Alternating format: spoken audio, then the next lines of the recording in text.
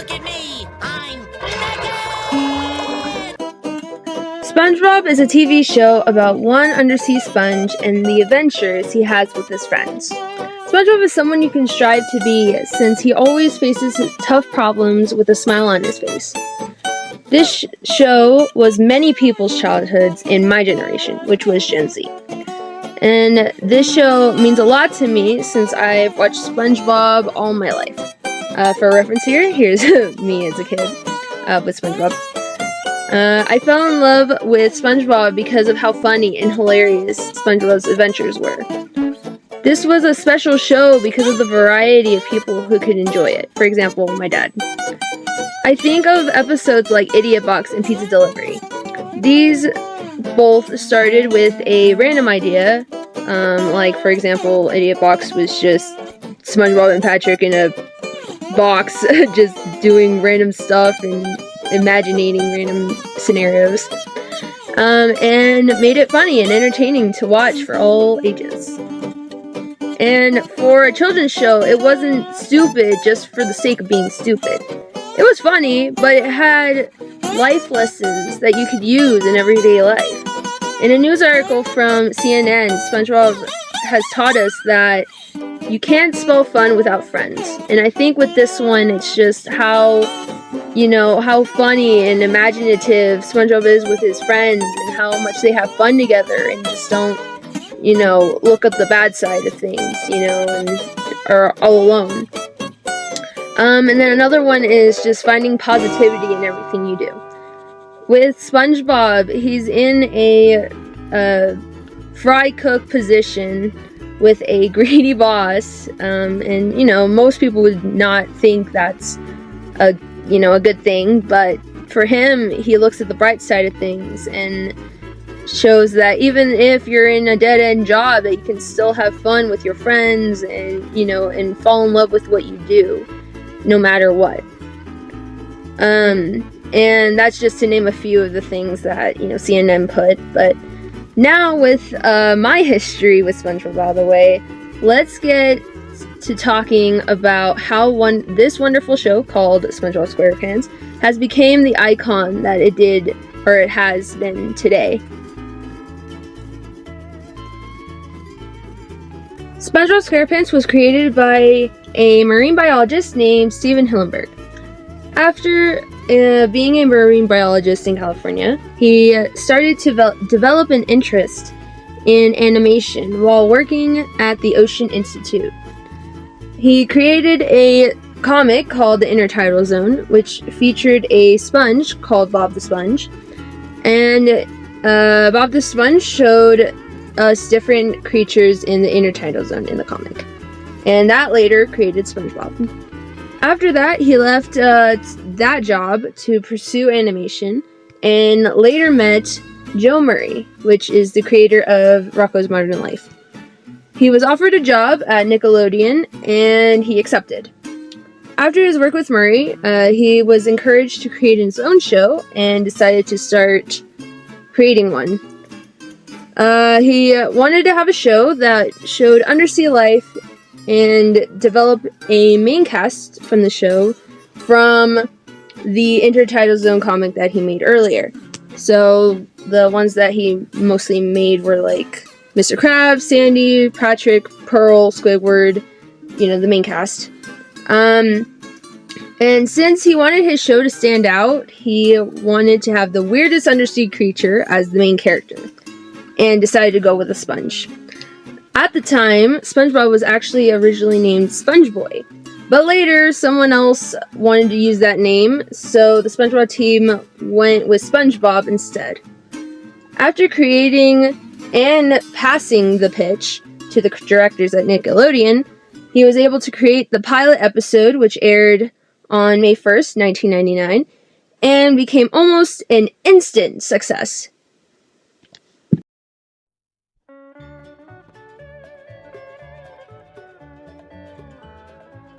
You might be wondering, how is SpongeBob different from every other cartoon, like Rugrats or Fairly OddParents? Well, I think that Imp Lemon video that's called There Will Never Ever Be a Show Like SpongeBob says that the show relates to people of all ages, but it's because of the two main characters, SpongeBob and Squidward. Two polar opposites. One, has the childhood innocence and, is happy-go-lucky all the time, which is, SpongeBob. And then Squidward, where he is just sad and mopey and just doesn't really care that much about the world and just, wants to just go do his job, come back. And you can see that that is the tie between your childhood and your adulthood. Because as a child, you see things in a more positive light. But then once you get older, you just kind of get more sad and mopey and just don't care that much as you did before. And I think that is why everybody is so fixated on watching SpongeBob, because no matter how old you are, you can still relate to one of the characters and relate to what is going on. I think that the university professor, Bob Thompson, says it best. You watch when you're a little kid and you like it because it's pretty and it's funny and they do goofy things. You watch it again when you're 10, and suddenly all of the new mysteries of life pop up in here as well. And then you watch it when you're suddenly a 21-year-old in a flat house, and suddenly there's a whole other quality that appeals to you. And that is, I think, really where the uniqueness of SpongeBob comes in, is just how you can relate to it, how no matter how old you are. And I think that is why everybody really likes this show and why it's still going on even to this day, is because of how much people enjoy watching it and how much people enjoy it, no matter how old or young you are. SpongeBob has been an icon from the 2000s until now. There are spin-offs, merchandise, and the memes and quotes are regularly integrated into our culture. And to this day, SpongeBob is one of the most popular TV kids shows on Nickelodeon. In the 2023 Kids' Choice Awards, the winner of the favorite animated show was, of course, SpongeBob. And that should show you right there how much people love SpongeBob. The Season 2, Episode 15 episode called Band Geeks is one of the episodes that many people hold dearly to their hearts.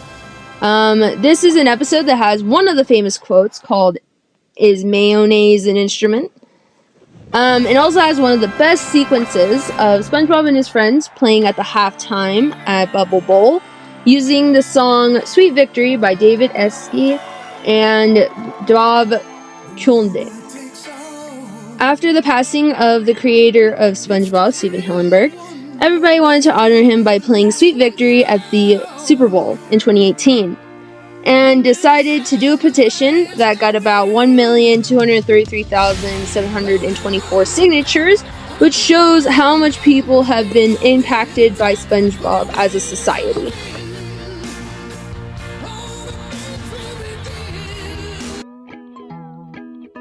Stephen Hillenburg created a legacy that will last a lifetime, so I definitely think that SpongeBob's future is definitely going to continue thriving.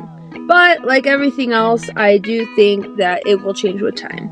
It actually already has, just because of the eventual decline of the quality of the show. But, of course, seasons 1 through 3 will always live in our hearts.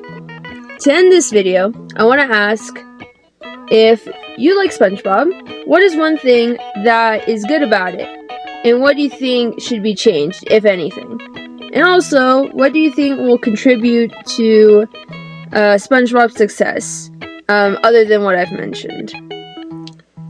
Thank you for watching this video. It took a long time to make, and thank you for sticking around. I want to give a shout out to, of course, Stephen Hillenburg and Nickelodeon Studios for just making SpongeBob, because, I wouldn't be here without them. But also, I want to give a shout out to Empalemon and Lias for making similar videos to what I wanted to make. So they gave me a bunch of inspiration. So thank you to them. But yeah, so bye.